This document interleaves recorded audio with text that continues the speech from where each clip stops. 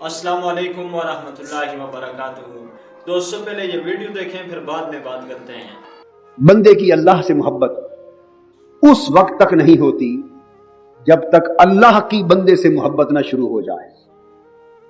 عام طور پہ تو آپ یہ سمجھتے ہیں کہ بندہ اللہ سے محبت کرنے لگتا ہے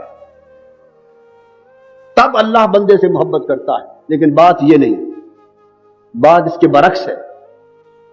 اس بندے کو تو اللہ کی محبت کی توفیق ہی نصیب نہیں ہوتی اس وقت تک جب تک وہ حسین و جمیل رب، وہ محبوب حقیقی خود بندے سے محبت نہ کرے۔ یہاں معاملہ الٹ ہے۔ دنیا میں محب محبوب سے محبت کیا کرتے ہیں، مگر رب کائنات کے نظام میں وہ محبوب حقیقی بندوں سے محبت کا آغاز کرتا ہے۔ محبت وہاں سے شروع ہوتی، وہ جس سے محبت کرتا ہے اس محبت کا پرتاؤ پڑتا ہے تو بندے کے دل میں خدا کی محبت جوش مارتی ہے۔ اس لیے اللہ پاک نے فرمایا یا ایھا الذین آمنوا من یرتد منکم عن دینہ فسوف یأتی اللہ بقوم یحبهم ویحبونہ۔ ایمان والو، اگر تم اللہ کے دین سے پھر گئے تو اللہ تمہیں مٹا دے گا اور ان قریب ایسے لوگوں کو لائے گا جن سے اللہ خود محبت کرتا ہوگا اور پھر وہ اللہ سے محبت کرتے ہیں۔ یحبهم ویحبونہ، اللہ ان سے محبت کرتا ہوگا اور پھر اس کے پرتاؤ کے طور پر، ریفلیکشن کے طور پہ وہ اللہ سے محبت کرتے ہوں گے۔ تو اللہ بندے سے محبت کرتا ہے۔ اب یہ انسانی زندگی میں اللہ کی محبت کا رنگ کیسے نمایاں ہوتا ہے، اللہ کی محبت کا پتہ کیسے چلتا ہے، کیونکہ اس کی محبت ہی بندے کو اللہ کی محبت پر لاتی۔ رضا بھی اسی طرح ہے۔ سیدنا موسیٰ علیہ السلام نے پوچھا باری تعالیٰ کیسے پتہ چلتا ہے کہ تو بندے سے راضی ہے؟ یہ کیسے پتہ چلتا ہے کہ تو بندے سے راضی ہے؟ اللہ پاک نے وہی بھیجی، فرمایا موسیٰ اپنے دل کو دیکھا کر، اگر تیرا دل اللہ سے راضی ہے تو سمجھ لیں کہ پہلے اللہ تجھ سے راضی ہو گیا۔ جب تک اللہ بندے سے راضی نہیں ہوتا بندہ رب سے راضی ہو ہی نہیں سکتا۔ تو جب تک اللہ بندے سے محبت نہیں کرتا بندہ اللہ کی محبت میں مست ہو نہیں سکتا۔ اب اللہ کا بندے سے محبت کرنا، اس کا معنی کیا ہے؟ اس کا ایک معنی تو یہ ہے کہ اللہ اپنے بندے کو جس سے محبت کرتا ہے دنیا کے نظام سے ہٹ کر اپنی رحمت کے لیے چن لیتا ہے۔ جسے اللہ اپنے فضل اور رحمت کے لیے مختص کر لے سمجھو کہ اللہ نے اس سے محبت کر لی۔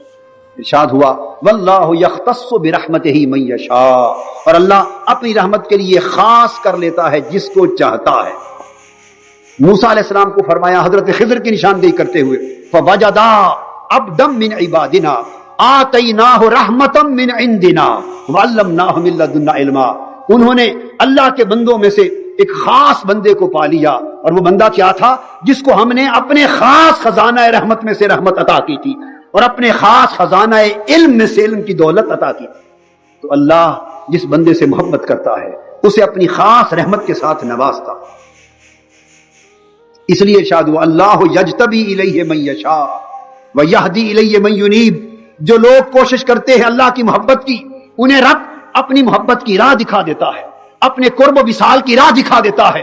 لیکن کچھ وہ ہیں جو جاگ جاگ کر محنت کرتے ہیں اور چاہتے ہیں مولا تیرے قریب ہو جائیں، تو اللہ کے ہاں عدل ہے، جو اس کے قریب ہونا چاہتا ہے اللہ ان کے لیے راستے کھولتا چلا جاتا ہے اور اپنی قربت کی راہیں دکھاتا چلا جاتا ہے۔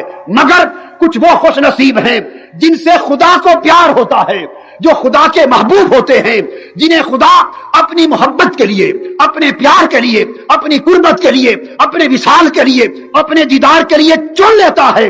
جنہیں خدا چن لیتا ہے فرماتا ہے اللہ یجتبی الیہ من یشاء، وہ کبھی سوتے ہوتے ہیں، وہ چاہے تو جاگتوں کو نہ ملے اور سوتوں کو مل جائے، تین مل جاتا ہے۔ محبت کا تیسرا تصور کیا ہے کہ اس بندے کو اللہ کا دین نصیب ہو جاتا ہے۔ جس کو اللہ کا دین نصیب ہو جائے، دین کی دولت، سمجھے کہ اللہ نے اس سے محبت کرنی، وہ خدا کا محبوب ہو گیا۔ کیونکہ دین اللہ کی محبوب متاع ہے اور محبوب متاع محبوبوں کو دی جاتی ہے، غیر محبوبوں کو نہیں دی جاتی۔ اور دین کی دولت کا مطلب کہ دین کی محبت مل جائے۔ کیا؟ دین کی، بندہ دین سے محبت کرنے لگے، بندے کو دین کی معرفت مل جائے، بندہ دین کی اطاعت کرنے لگے اور بندہ دین کی خدمت کرنے لگے۔ ارے مجاہدوں، سپاہیوں، طلب کرو خدا کی محبت۔ دین کی محبت خدا کی محبت ہے، دین کی معرفت، دین کی سوجھ بوجھ خدا کی محبت ہے، اور دین کی اطاعت خدا کی محبت ہے، اور دین کی خدمت اور نوکری یہ خدا کی محبت ہے۔ اس شکل میں اللہ پاک اپنی محبت عطا کرتا ہے۔ پھر جب دین کی دولت نصیب ہوتی ہے تو دین اور دنیا کے وہ جھوٹے تصور جو ہم نے اپنے مفادات کے لیے بنا رکھے ہیں، ان کے بانڈے توڑ دیے جاتے ہیں۔ ہماری کیفیت تو یہ ہے کہ باغباں بھی خوش رہے، راضی رہے صیاد بھی۔ اے چمن والو، چمن میں یوں گزارا چاہیے، باغباں بھی خوش رہے، راضی رہے صیاد بھی۔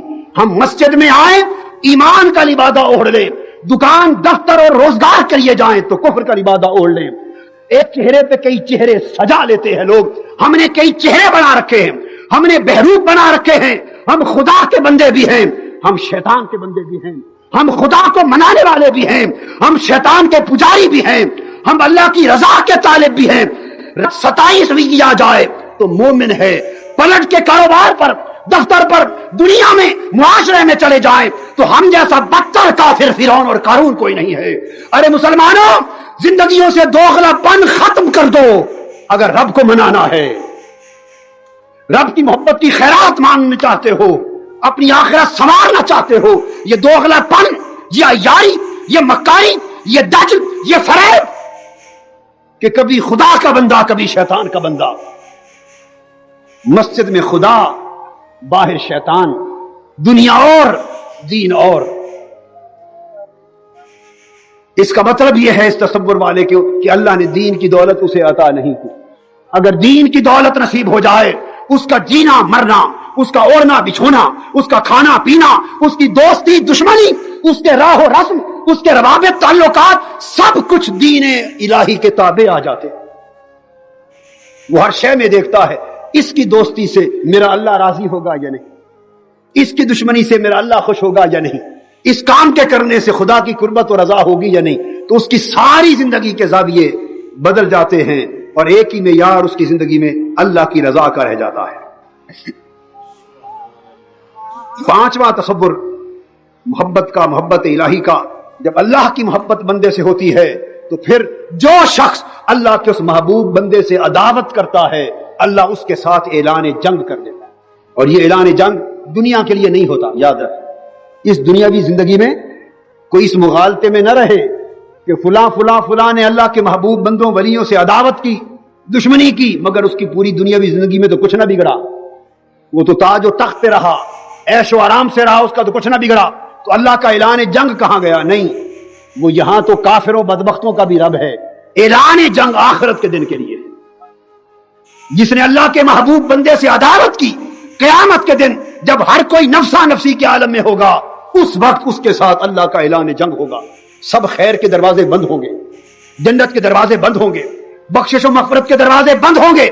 دو لوگوں کے لیے اللہ نے اعلان جنگ فرمایا، ایک اللہ کے ولیوں اور اللہ کے محبوب بندوں سے عداوت رکھنے والے کے خلاف اعلان جنگ، ایک سود خوروں کے خلاف اعلان جنگ۔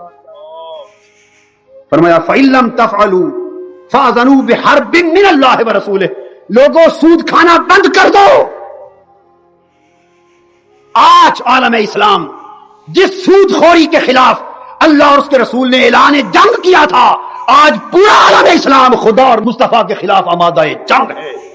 ساری حکومتیں سودی نظام پر چل رہی ہیں اور وہ سمجھتی ہیں کہ ہماری بقا سودی نظام، اور خدا و مصطفیٰ فرماتے ہیں کہ تمہاری تباہی سودی نظام میں ہے۔ اس کے خلاف اعلان جنگ ہے، یہ بھی قیامت کے دن ہوگا۔ اور چھٹی علامت اللہ کی محبت کی ہے کہ یہ بھی بڑی عجیب علامت ہے، جس سے اللہ کو محبت ہو جائے اسے مصیبتوں میں ڈال دیتا ہے۔ پہلی مصیبتیں بھی انسان خود لے لیتا ہے اور محبوب راحتیں دیتا ہے، لیکن اللہ کو جس سے محبت ہو جائے اسے مصائب و علام اور آزمائشوں میں ڈال دیتا ہے۔ حدیث پاک میں حضور السلام نے فرمایا کہ اللہ کو جن لوگوں سے جتنی زیادہ محبت ہوتی ہے ان کو اتنا ہی ابتلا میں ڈالتا ہے۔ انبیاء سے سب سے بڑھ کر خدا کو محبت ہے اور سب سے بڑھ کر آزمائشوں اور مصیبتوں میں انبیاء ڈالے گئے، اور حضور نے فرمایا میں اللہ کا حبیب ہوں، سب سے بڑا محبوب کائنات میں مصطفیٰ کی ذات پاک، اور فرماتے ہیں آقا سب نبیوں سے بڑھ کر آزمائشیں اور ابتلا مجھے عطا کیے گئے۔ کیوں یہ آزمائشیں کیوں دی جاتی؟ اس کی مثال ایسے ہے جیسے لوہا ہو، اگر ایک عام سی دھات ہو، اس کو کٹھالی میں رکھ کے کوئی نہیں پگھالتا،